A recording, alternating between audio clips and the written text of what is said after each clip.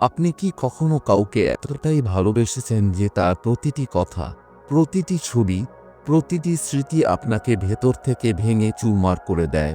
আপনি প্রতিদিন তার অপেক্ষা করেছেন, প্রতিটি কল, প্রতিটি মেসেজের পেছনে একটা আশা নিয়ে বসেছিলেন, কিন্তু বদলে কি পেলেন? সাইলেন্স, ইগনোর আর সেই শীতল অবজ্ঞা যা থাপ্পড়ের চেয়েও বেশি যন্ত্রণা দেয়। এখন সেই মানুষটি আপনাকে দেখেও না দেখার ভান করছে। যদি আপনার সাথেও এমনটা হয়ে থাকে, তবে থামুন, কারণ এই ভিডিওটি আপনারই জন্য। আজ আমরা এমন 5টি নিয়ে কথা বলবো, যা শুধু তাকে আপনার কথা মনেই করাবে না, বরং তাকে আপনার কাছে ফিরে আসতে বাধ্য করবে, কোনো কল বা মেসেজ ছাড়াই। কিন্তু মনে রাখবেন, এগুলো কোনো সাধারণ লাভ গুরু টাইপ টিপস নয়। এগুলো হলো সেই মাইন্ড গেম যা সরাসরি মস্তিষ্কে আঘাত করে। আর সবচেয়ে ভয়ের ব্যাপার হলো, যদি আপনি এই 5টির মধ্যে একটি পয়েন্টও মিস করেন, তবে আপনি আবার সেই একই ভুল করবেন। তাই মনোযোগ দিয়ে শুনুন, কারণ এখন সময় এসেছে আপনার সেই মর্যাদা ফিরিয়ে দেওয়ার যা সামনের জন ভুলে গেছে।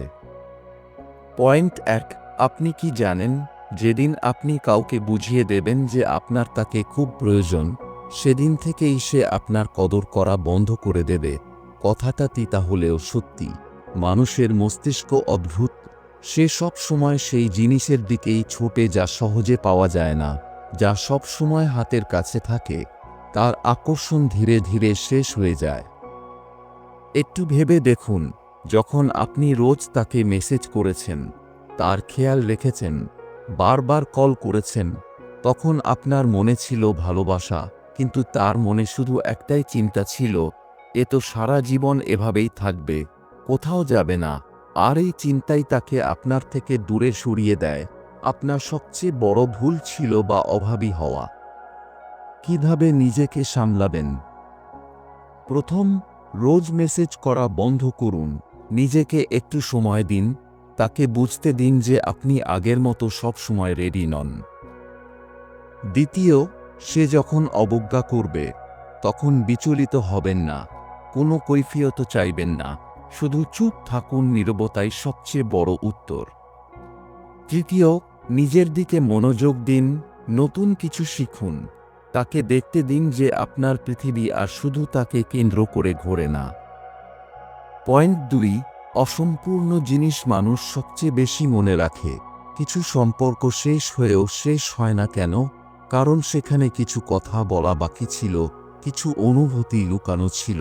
মানুষের মস্তিষ্ক অসম্পূর্ণ কাজ বা প্রশ্নকে বারবার মনে করায়। একে বলা হয়। কিভাবে এটি ব্যবহার করবেন?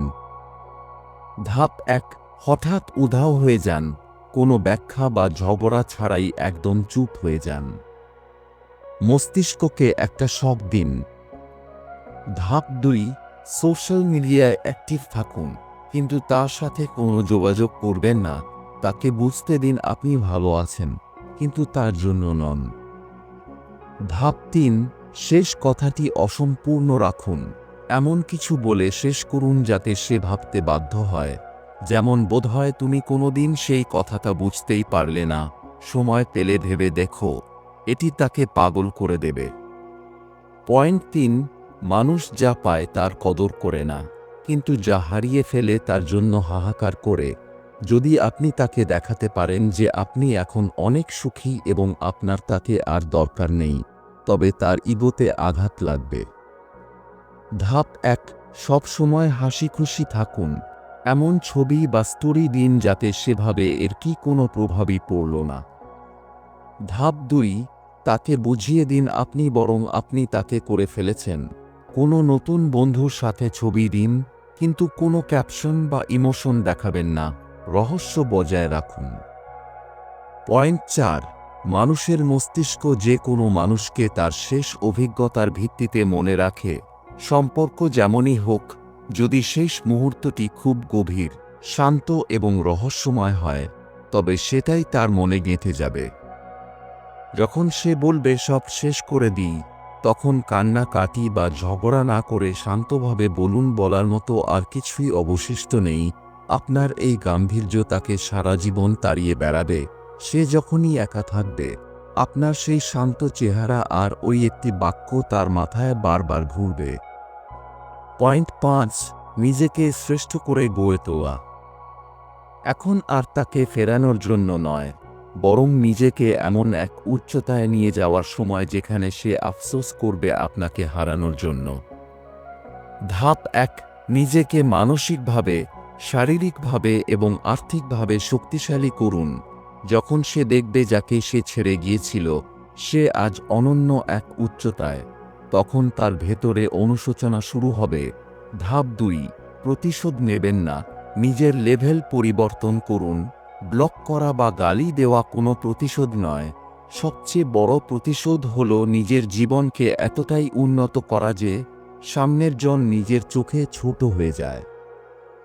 পয়েন্ট 6, যখন আপনি কাউকে ঘৃণা করেন তার মানে আপনি এখনও তার জন্য আবেগ খরচ করছেন, কিন্তু যেদিন আপনি তাকে অবজ্ঞা করা শুরু করবেন সেদিন সে তার অস্তিত্ব নিয়ে সংকটে পড়বে। ভাবুন তো, সেই মানুষটি আপনাকে ছোট করার জন্য বা আপনার রিয়াকশন দেখার জন্য কোনো উস্কানিমূলক পোস্ট দিল, কোনো কমন ফ্রেন্ডের মাধ্যমে আপনাকে কিছু শোনালো, আপনি কি করবেন? রাগ করবেন না। আপনি এমন আচরণ করবেন যেন আপনি কিছুই শোনেননি, যেন ওই মানুষটা আপনার জীবনে কোনোদিন ছিলই না। একেই বলে মাস্টার স্ট্রোক। সাইকোলজি বলে, যখন আমরা কাউকে ইগনোর করি তখন তার মস্তিষ্ক এটাকে রিজেকশন হিসেবে নেয় এবং সে আপনার অ্যাটেনশন পাওয়ার জন্য মরিয়া হয়ে ওঠে। আপনার এই পাথর চাপা নীরবতা তাকে এটা ভাবতে বাধ্য করবে সে কি আপনার কাছে এতটাই মূল্যহীন হয়ে গেছে যে আপনি তাকে ঘৃণা করার যোগ্য মনে করেন না। মনে রাখবেন, আপনার নীরবতা বা প্রতিক্রিয়াহীন থাকাই হলো আপনার সবথেকে বড় পাওয়ার। সে আপনার একটা রিয়াকশনের জন্য চাতক পাখির মতো বসে থাকবে আর আপনি আপনার নিজের সাফল্যে মগ্ন থাকবেন। এটাই হলো তাকে মানসিকভাবে হারিয়ে দেওয়ার শেষ ধাপ। যখন সে ফিরে আসবে তখন সিদ্ধান্ত আপনার হবে, আপনি কি আবার সেই বিষাক্ত চক্রে জড়াবেন নাকি হাসিমুখে তাকে বিদায় জানাবেন। মনে রাখবেন, আপনি কারো পিছু ছোটার জন্য জন্মাননি, আপনি নিজের গল্প লেখার জন্য জন্মেছেন।